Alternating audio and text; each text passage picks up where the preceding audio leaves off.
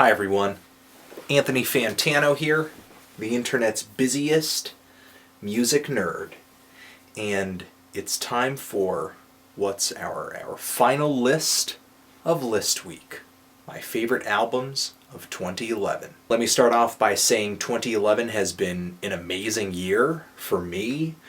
For the Needle Drop, I and Cal Chuchesta have enjoyed entertaining you and making videos for you, and I am pretty amazed I've been able to take what I'm doing as far as I have, despite the fact that my videos are full of editing mistakes. Sometimes I hate albums that you guys love. Sometimes you hate albums that I love. I don't know exactly what makes my channel work, but as far as I can tell, it's working. So I'm just going to keep doing what I'm doing. And you guys make doing what I'm doing enjoyable, fun, and worthwhile. So, with no further ado, and probably with an editing mistake or two in the process, here are my favorite albums of 2011. Booyah! But wait a second. Let me start by saying it was not easy making this list, because the truth is, some of the albums I heard this year grew on me when I thought before, they're just pretty good. Whereas some other albums that I thought I really loved at first have fallen out of favor with me a little bit.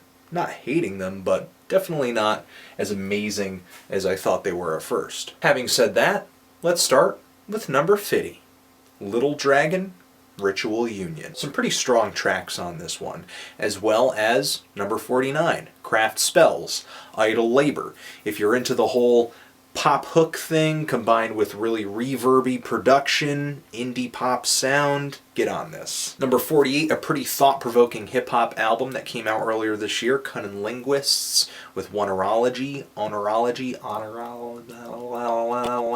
And at number 47, a simplified version of their usual formula, Mogwai's Hardcore Will Never Die, But You Will. Much more straightforward and punchy than their previous albums, for sure. At number 46, this may surprise some people since I really loved this album at first. I still like it quite a bit. Still got my physical vinyl copy over there. Gonna jam it out whenever I feel like it, but, you know, definitely not one of my bests for this year. The Beastie Boys, Hot Sauce Committee, Part 2. At number 45, Rex, with his latest LP, really strong piece of boom bap with some really badass tunes on here, as well as some very introspective ones on the back end of this LP. I really kind of feel like I ride through this album getting to know this guy. And at number 44, another very personal hip-hop album, Milo's I Wish My Brother Rob Was Here. At number 43, a really strong piece of psychedelic pop coming from Italy, Dumbo Gets Mad with Elephants at the Door. And at number 42, a really bright electronic music album that I thought was just pretty good at first. It's grown on me a little bit. It's definitely got a unique sound to it. Rusty with Glass Swords. At number 41, definitely my grindcore album of the year, Wormrot with the album Dirge. And at number 40, The Pains of Being Pure at Heart with Belong. These guys definitely lost some of their noisiness on this album, but still strung together some of the catchiest pop rock tunes of this year. At number 39, some crusty, grimy, pummeling thrash, punk, crossover riffs on the new Toxic Holocaust LP, Conjure and Command. And 38, Holy Ghosts self-titled LP. Some really nice, catchy, throwback synth pop for 2011. At number 37, another piece of thrash metal, the new Havoc album, Time's Up. These guys are reliving an older sound, but writing some really catchy tunes in the process. And at number 36, some of the most unique hip-hop instrumentals I've heard this year, coming from the new A$AP Rocky LP, Live, Love, A$AP. At number 35, another album that had some really unique instrumentals on it, the new Shlomo LP, Bad Vibes. And at number 34, an interesting combination of sounds that feel like they're influenced by groups like the Pastels, the Velvet Underground, the Mamas and the Papas, on the new Veronica Falls album. Definitely one of the best fall-winter albums I've heard this year. At number 33, I'm going to put the new concept album from The Roots, Undone. And at number 32, it's a new age of jazz music on the new Thundercat record, The Golden Age of Apocalypse. And at 31, it's a new age of thrash metal from the new Vector album, Outer Isolation. At number 30, it's a new age of spacey neo-soul from the new Logos LP 2. And at number 29, I'm putting the new Timber Timbre LP, Creep On, Creepin' On. Definitely a set of songs that live up to its album's title. Number 28, definitely my pick for folk punk album of the year with the new Andrew Jackson Jihad release, Knife Man. And at number 27, one of the most interesting, intriguing, and intense jazz releases I've heard in a while, from the new Matina Roberts LP, Coin Coin Chapter 1. At number 26, my pick for favorite Connecticut album this year, from the new Giles Corey. Really dark, eerie, haunting singer-songwriter album. And at number 25, a combination of dubstep and neo-soul on the new Subtract LP. At number 24, an extremely interesting combination of sample-based music and ambient music on the new One O Tricks Point Never LP, Replica. And at 23, it's the new Bad Bad Not Good LP. At number 22, it's an album that I called a rock and roll nightmare earlier this year, the new Crystal Stilts album, In Love with Oblivion. And at 21, an album that I think is even more nightmarish, the new Chelsea Wolfe LP. At number 20, the new Destroyer album, Kaput, a really smooth, sleek, sexy, and slightly nostalgic rock album filled with 80s vibes and saxophones and really witty lyrics. Dan Behar still continues to be one of my favorite singer-songwriters, but I felt like this throwback album made Destroyer feel a little less innovative than they usually are. Still a great album, but I think the LPs that are higher on this list pushed way more boundaries. Like on number 19 with some very dark and vivid storytelling and a unique combination of different extreme metal styles on the new Cormorant album, Dwellings. And at number 18, I'm putting one of the most exhilarating saxophone-based albums I've heard in a long time. This album's recording style makes it so unique. Not only that, but the way this guy performs with his instrument. I'm talking about the new Colin Stetson album, New History Warfare, Volume 2, Judges. At number 17, definitely my pick for favorite ambient music album this year, the new Tim Hecker LP, Rave Death 1972. At number 16, a challenging, abrasive, and harsh piece of post-punk from Ice Age on the album New Brigade. And at 15, something that is just as abrasive, if not more. A really nice, heavy, deep, dark, guttural death metal throw towards the megalith. At number 14, I'm putting the new St. Vincent LP, Strange Mercy. Annie Clark made a fantastic follow-up to Actor. I feel like pushed her style to the next level. And at number 13, I think this is going to surprise a lot of people. It surprised me, certainly. I was just thinking this album was pretty good at first, maybe a bit flawed, but I saw a vinyl copy of it on sale and I had a gift certificate. I figured I'd just pick it up and saw that the vinyl copy actually had some extra tracks on there that were not on the version of the album that I listened to. They added to the album a bit for me, and the album just basically grew on me.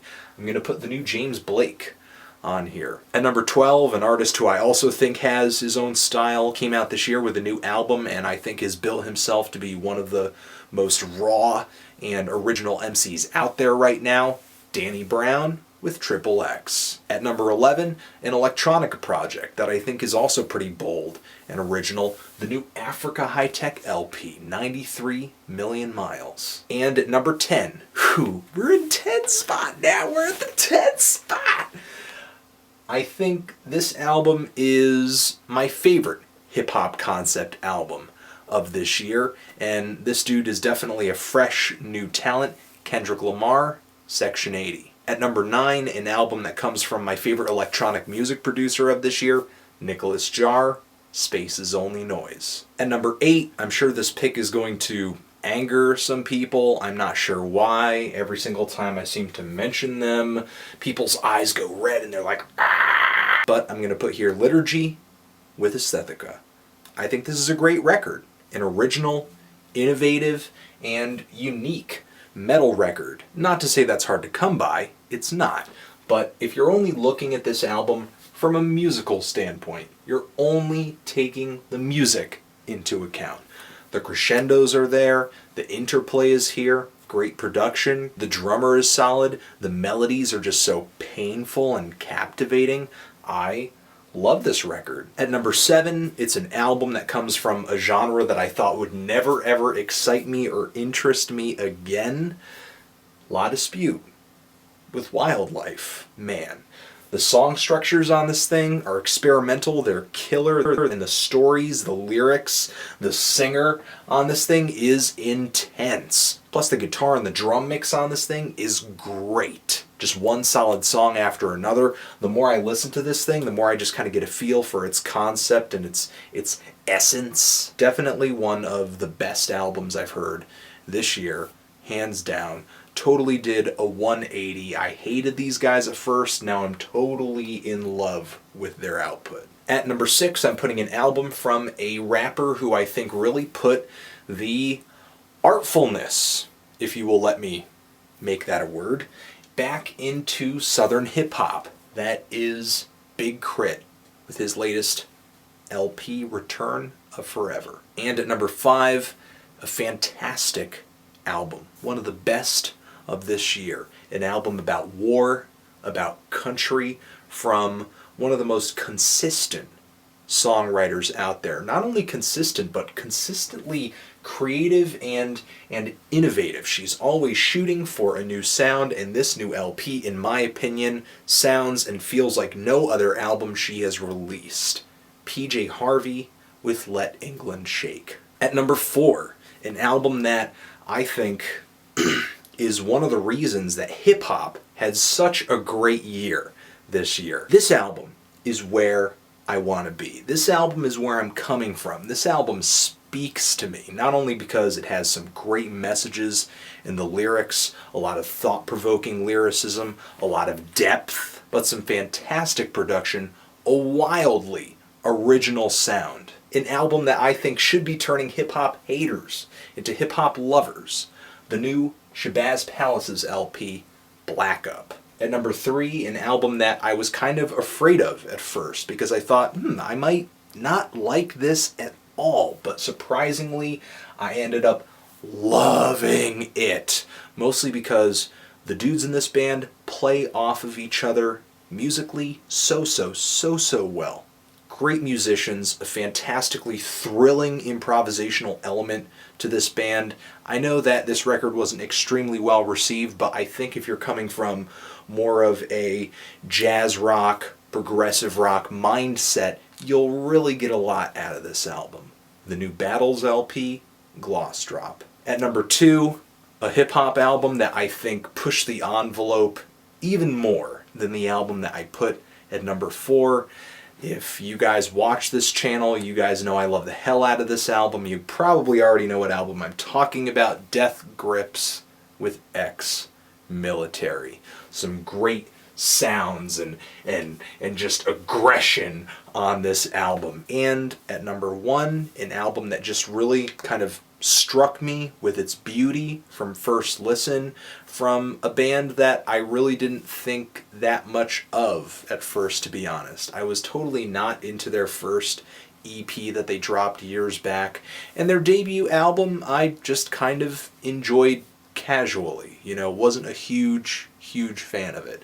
But this LP, to me, in its recording, in its songwriting, and its concept too, just all these themes about the world and living your life in this world and just figuring out how to navigate it, how to live it, and why we're living it. Why are we here? What's the meaning of all of this? I just love this album's sentiments. I love its curiosity. I love its emotions. I'm talking about the new Fleet Foxes LP, Helplessness Blues. So, that's my list of 2011. I also want to give a few honorable mentions here. Some artists who came out with original sounds, but I wasn't totally in love with their records. Civil Civic, Tune Yards as well. I also want to thank all of the bands that I reviewed this year, all of the artists, all of the everything, every record that I reviewed this year, as well as every group who I ever put on the loved list but did not make it onto this list.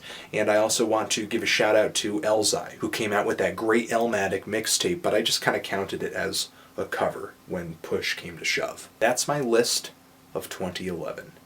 What do you guys think? Are you totally happy? Are you totally mad? What do you think? Love it? Hate it? Why? And what are your favorite albums of this year?